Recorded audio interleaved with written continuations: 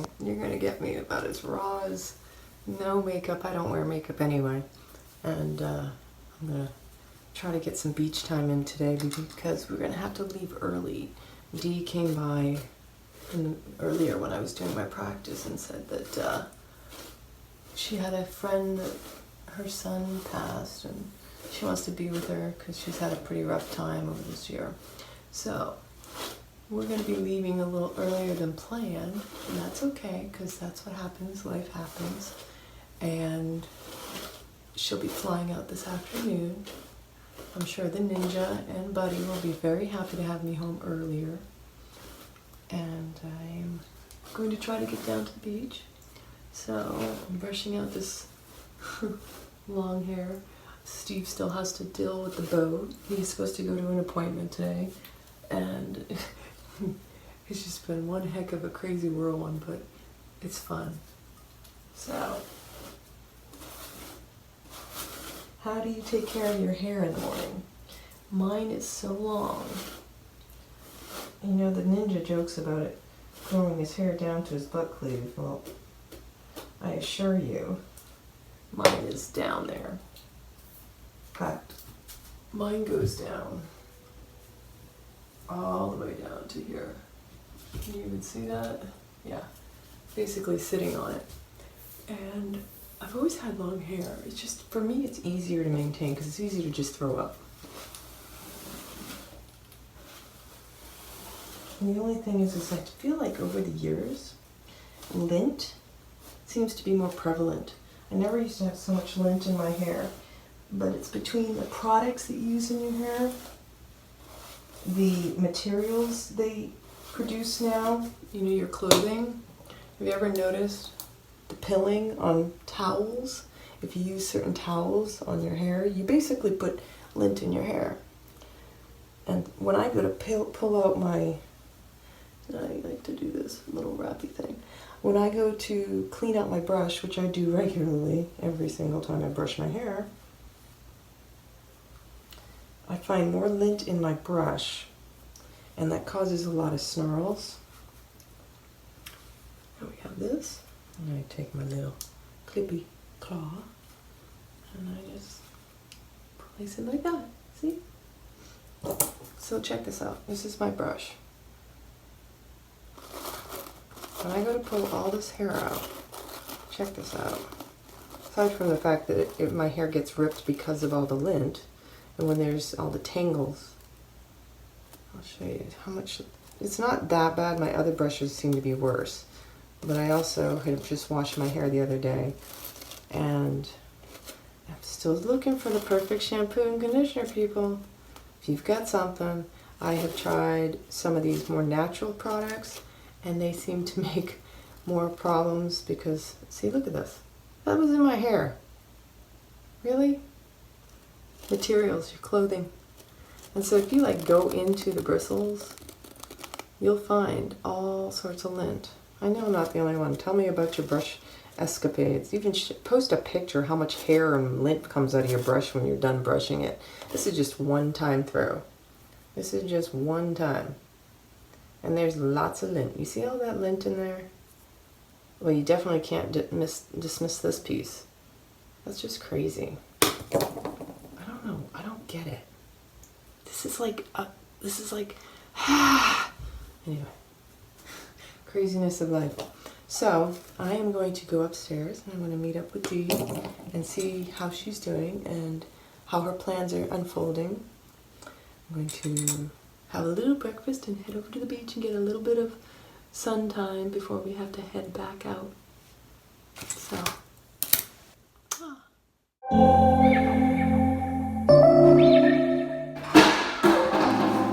Good morning. So I'm upstairs in the kitchen area, which is like technically the second top floor, and you can hear the washing machine in the background. And to just give you a big tour of this open space, it's absolutely gorgeous, and it's light, it's bright, it's really vibrant with all these beautiful colors. You can see the really cool fans up here. This has a little mini propeller over the kitchen area. And I came up and Steve had already cut up some papaya and some mango. So here's breakfast. Yay, yummy, yummy. I can't eat the kiwi because I'm allergic, unfortunately. But we have some papaya over here. And he pulled this out of the refrigerator because he wanted me to check this out. So this pasta is gluten-free, barilla. And he said he didn't like it. It's corn and rice base. But this is the pasta. And it's the first time I've actually seen this. Barilla is very popular in Italy, especially when I lived in Naples. Everybody knows the brand. You probably know it here for the pasta sauce. And yeah, this is a really beautiful, homey space that Dee has created here. I like these lights up here. I really like the gold drop one. You see overhead. And then there's 2 Bellicons upstairs, 2 Bellicons on the guest bedroom floor. And you can get a little bouncy going on those. And my favorite, the big UFO chair, she calls it. I'll call it a satellite chair. And it's nice up here with the reds and the whites and the bright lights. Big city, not so much in the Palm Island. And then right in front of the fireplace, you have 2 cozy little chairs. Yeah. Oh, and it's a really cool table. Really heavy. I remember when they first were bringing it up here. So, I like this island. You can sit at the end of the island. So I'm going to try to mow down on some fruit, get over to the beach real quick, and then we'll be ready to go on our way.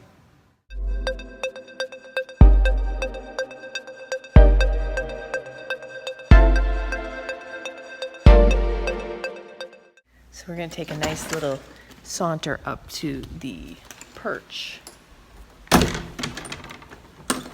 One of the things about a beach house you don't realize is that everything oxidizes. I don't know any of you out there who ever have owned or gone to a regular beach place, but any type of metal, it oxidizes. And Steve was talking about how, crazy enough, like air conditioners melt. Can you imagine that? And it's because of the salt water, the salt that gets up into the air. And we kind of take that all for granted. You know, this is a maintenance and upkeep that if you're going to invest in property, you better be ready to take care of whatever it is you get. So there might be a little bit of wind. Here we are, the widow's perch. Give you a nice little, I love the view with the blues and these beautiful architectures, these homes over here. Just so amazing. So pretty up here. Peaceful above all.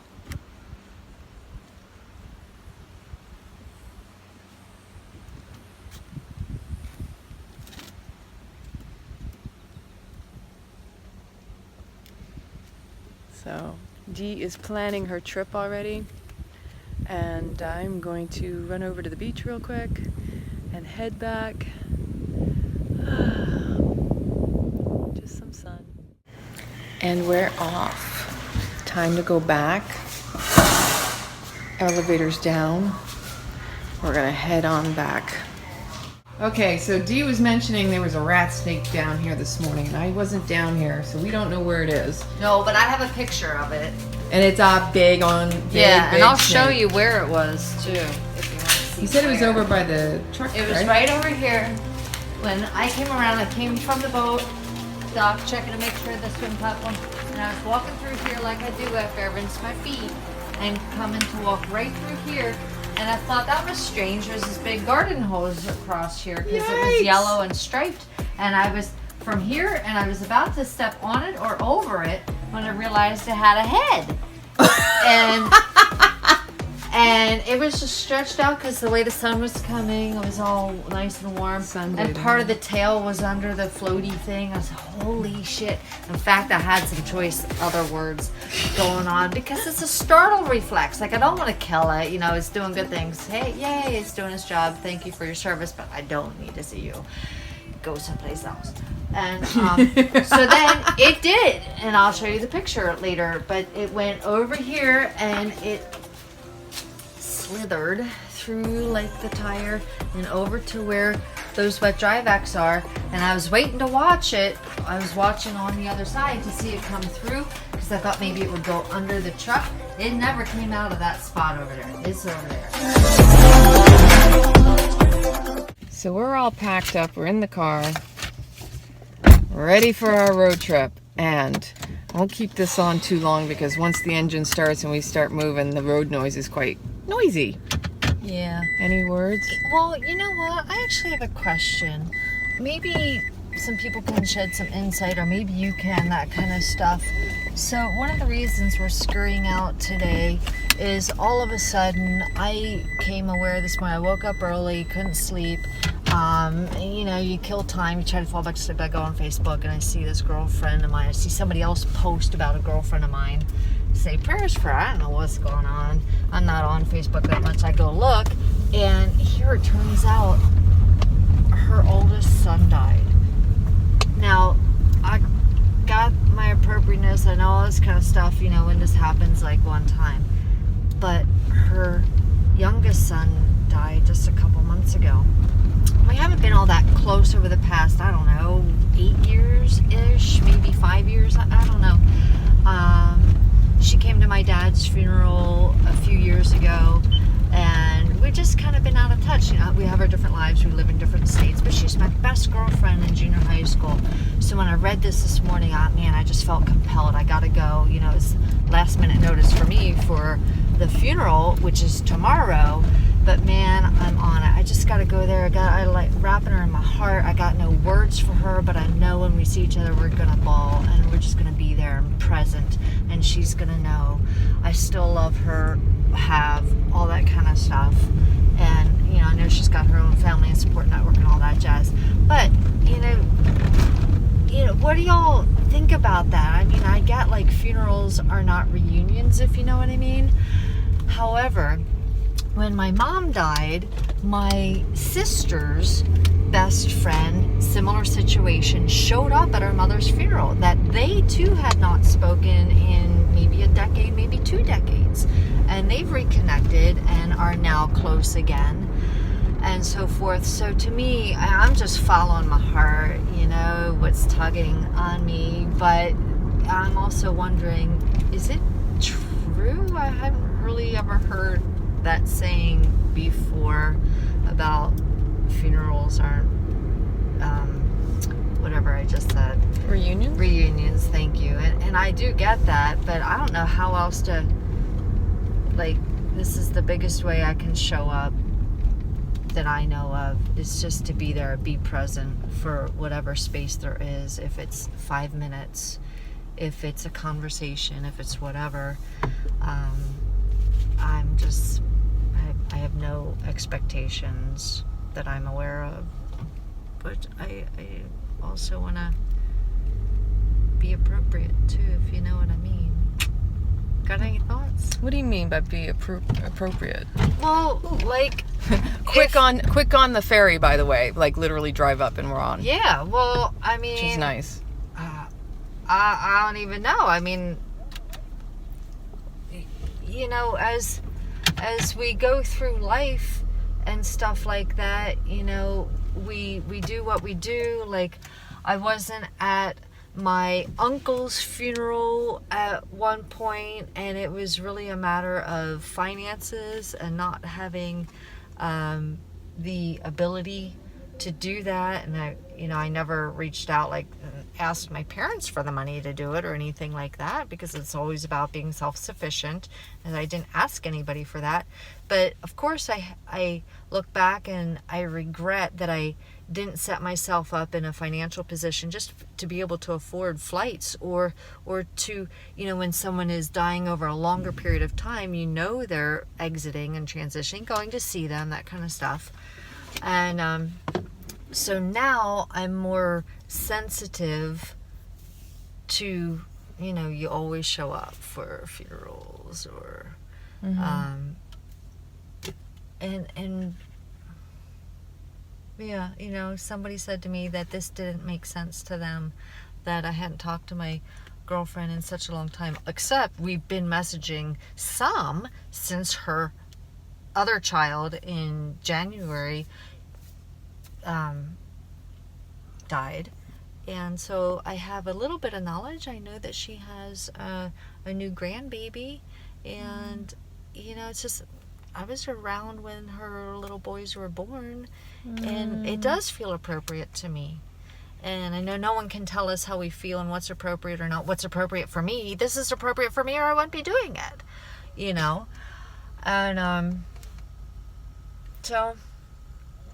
But I'm a Libra, so I like to look at both sides, or more than both sides. If there are multiple sides, share, tell me. I learn from other people. Well, I don't know. What do you got for me? Well, it makes a lot of sense, and there's a lot of factors in there. So I'm going to share a little bit of what came up for me when you were speaking. Okay. Just the fact that you know what it's like for loss.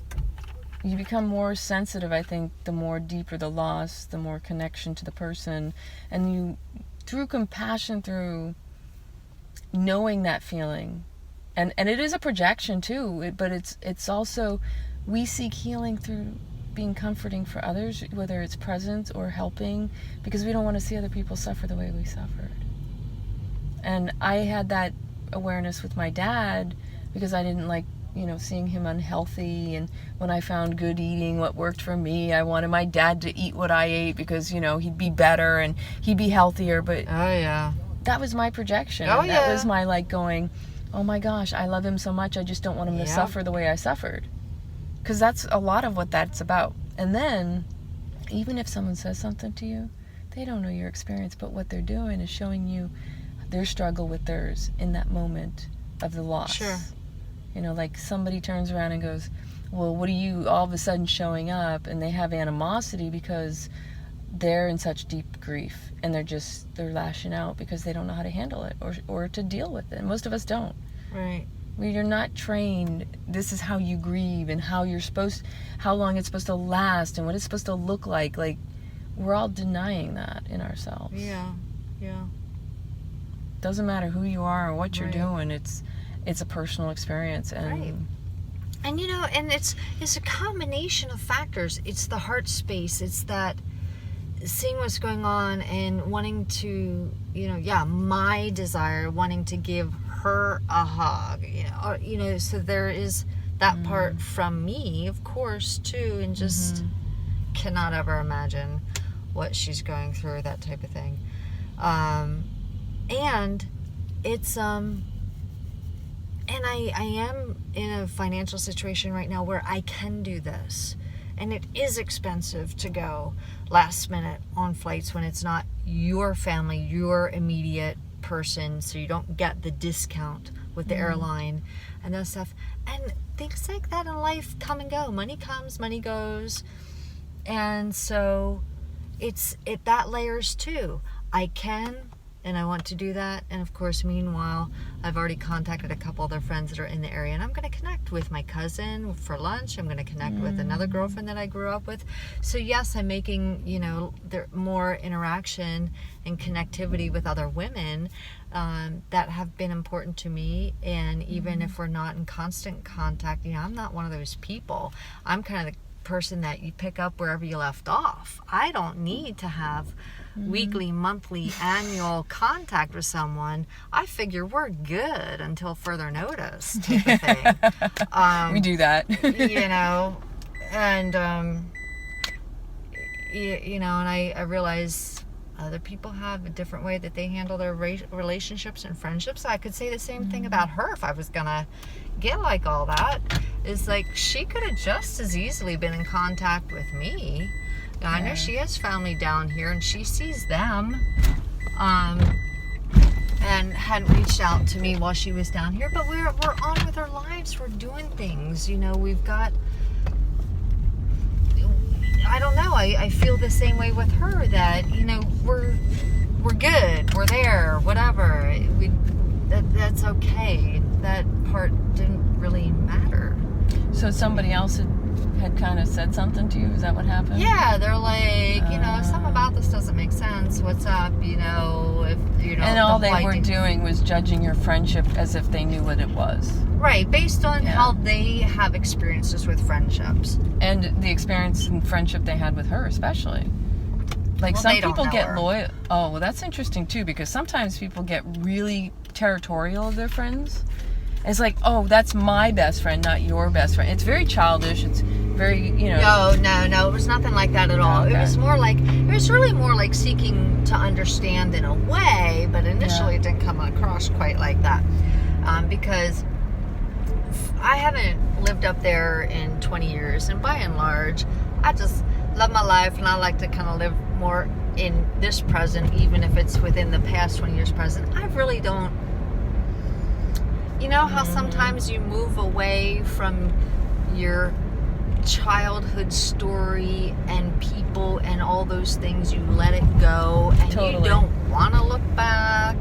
You have no interest in reunions per se, and all that kind of. Well, that's kind of how I feel. Like, it seems like a lifetime ago. Totally. And not really all that interested in revisiting. So at some point, with this other friend, I had that type of conversation, and so they're like, wait a minute, something doesn't make sense here.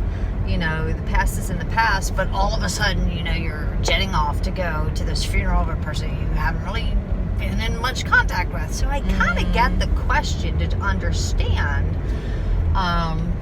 which is good, because I think communication is important, and I want to be open with my friends if they're, if they're calling me out on something, or if they're curious about something, because it could help them grow and expand in some way, shape, or form that they hadn't considered before. Totally. So, and I'm sure that's where this will all land. But it definitely took me by surprise, because it was just not a perspective that I had ever even considered. I mean, why would I, right? Because I'm living in my space, so that's, by and large, the perspective I operate from. Yeah, it makes sense to me. And that's the funny part, is they're quite often, most people take for granted, they think, oh, you think like I think because I'm projecting what my thinking on you is, so you're doing the same, but it's so far from the truth. Yeah, well, I just love me some Marianne Williamson. I haven't listened to her in a long time either.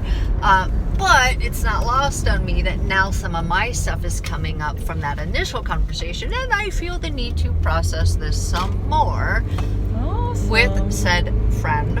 And like we're doing here. I love that. Yeah. So it'll be interesting, and now since we're driving, we have plenty of time, and we'll think about... This conversation will go much deeper because we have a lot to talk about. Yeah. It's interesting how it layers, and how something that sometimes you think is pretty straightforward on the surface. It's like a 7-layer vegan taco dip or something like that. It's who knew?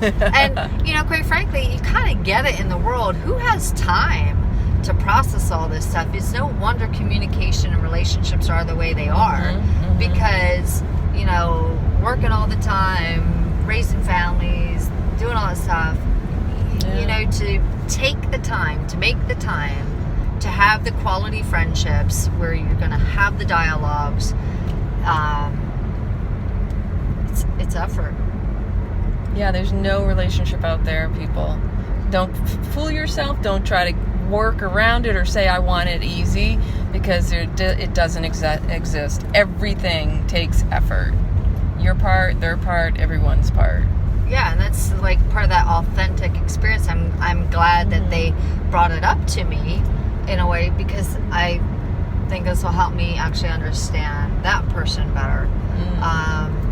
And there's no downside that we all understand each other better and all that stuff. But I was kind of curious and interesting, and since I haven't ever thought of that before, I was just kind of wondering if you had, or if anybody else has. Like, I don't know.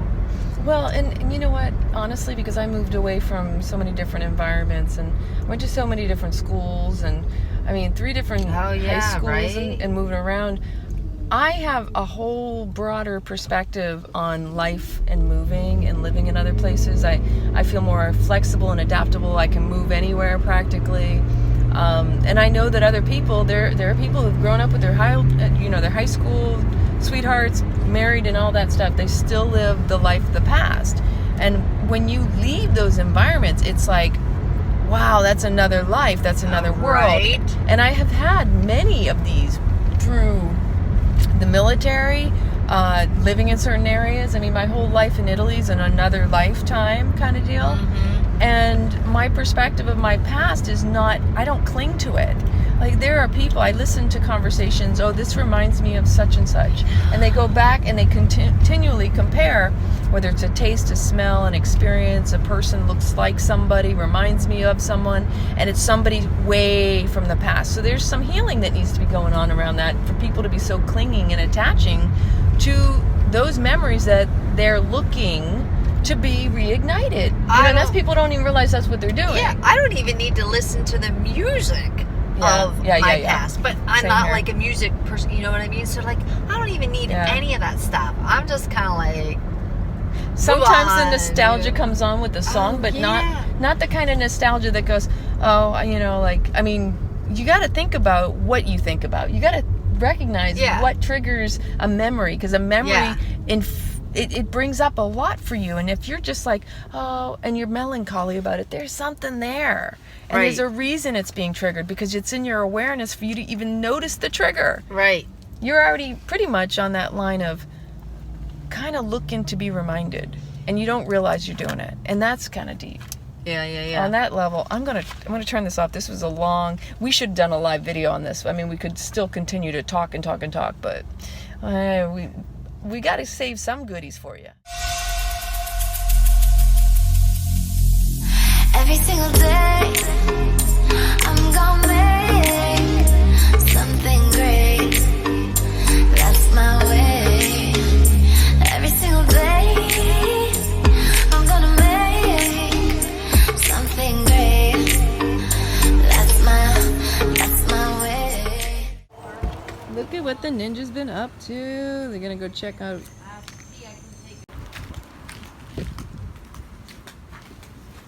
See, the gladioli are coming up. All right, so I did a pop in the house. I made some smoothies to surprise the ninja. I've got to fill the 5-gallon jug of water. Buddy is chillaxing, as you see. And I'm going to grab my own smoothie because I made up a couple smoothies. One for myself, holla holla, and 2 in the fridge for our ninja. So when he comes home, surprise! And I'm gonna go pick up Dee so I can take her to the airport now. And she's packed and ready to go. Look at how pretty you are. Beautiful dress. I love this color. I like it too. It's awesome. Yes, very gorgeous, sunny, beachy colored clothes. With a black sweater, because going into the airport is going to be freaking freezing. Freaking freezing. So, freaking freezing. So let's wish her a safe journey on her travels and a wonderful reunion to connect with friends and family, because there's always an opportunity, and these tragedies bring us together for a reason. And Yes. there's a blessing in it, I'm sure. Yes. So. And, sometimes things fall apart so they can fall back together. However that goes, whatever. I just got home, and here's my ninja man. Yeah. I love you. I love you too. I'm gonna go get those boxes, and I might go check out that shed. Ooh, rad.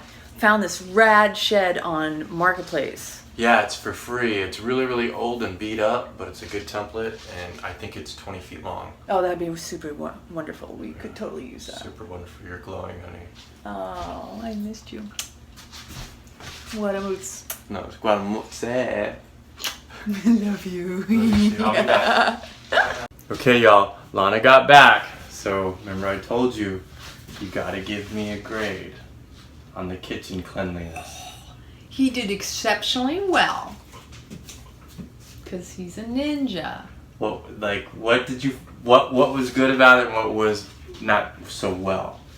Well, the majority of it was good because it was organized when I walked in. Did it look like you left it? Of course not. Because I can tell when I left it, that's how I left it. But it was probably But the best of the last 2 years since I've been here. He's Like, done exceptionally well. sometimes you'd come home, honey, and there was caca all over the place. There was no caca all over the place, right? What is caca? Smoothie bowls, food messed all up, spices, like dishes. Like, it was good. I made an intention. He did to do really it. well. He So- did exceptionally well. A minus. Of course. What? And I just want to say out there to all of you who are in partnerships and relationships, work with one another, not against one another, because it's teamwork makes the dream work. Oh, elbow. He's going to get some specialties. Yay! Love your man. All right, so the ninja went out to get a bunch of stuff, and I am preparing a special dinner for us with this simply plant-powered cream spinach and kale with Swiss chard. My girlfriend Dee turned me on to this, found it at Sprouts. I somehow got it for $2.99. It typically goes for $7.99. This stuff is really, really yummy, and it almost tastes like the real thing if you like the creamed spinach and kale and all that. And the ingredients are spinach, kale, Swiss chard, coconut milk, coconut extract, and water with water, cashews, almonds, extra virgin olive oil, garlic, cornstarch, sunflower seeds, nutritional yeast, sea salt, garlic pepper, and black pepper, garlic powder and glass. So just in case you need something nice and on the go and you're still working on your plant-based lifestyle, whatever it is that you enjoy, and you want to add more vegetables, this is a great way. And again, it appeals to most people's taste buds if this is something you enjoy to begin with. Now, this is in the oven. It says about 10 to 12 minutes to cook, to bake. And I'm boiling water, and I'm going to make up this organic Indian Dream quinoa pasta. Now, when I first found out I was allergic, I had a lot of difficulty finding a decent, yummy tasting, like taste-worthy pasta that was gluten-free. Rice is out there, corn is out there. Corn's like the biggest GMO, and that's like the last thing I wanted. And the rice is sticky and gooey, so I'm going to tell you that the quinoa, to me, tastes just like pasta. I can't tell the difference. And quinoa's higher in protein amino acids than your standard wheat glutens and such. So I highly recommend this. This is supposed to cook for 14 to 16 minutes, I believe. Yep, stirring occasionally. So I'm going to cook this up and let's get it out.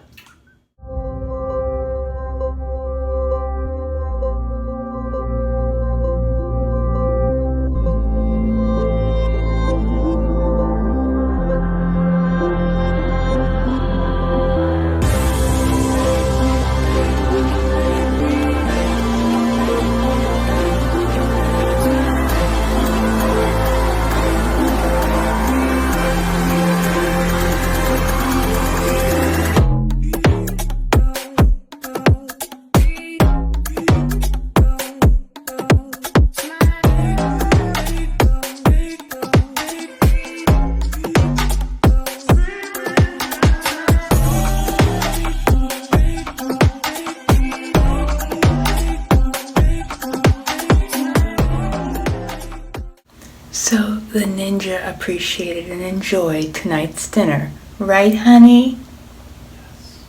He whispered, yes. And he keeps on shushing me. Did you know you can lose a lot of air if you don't plug up that hole?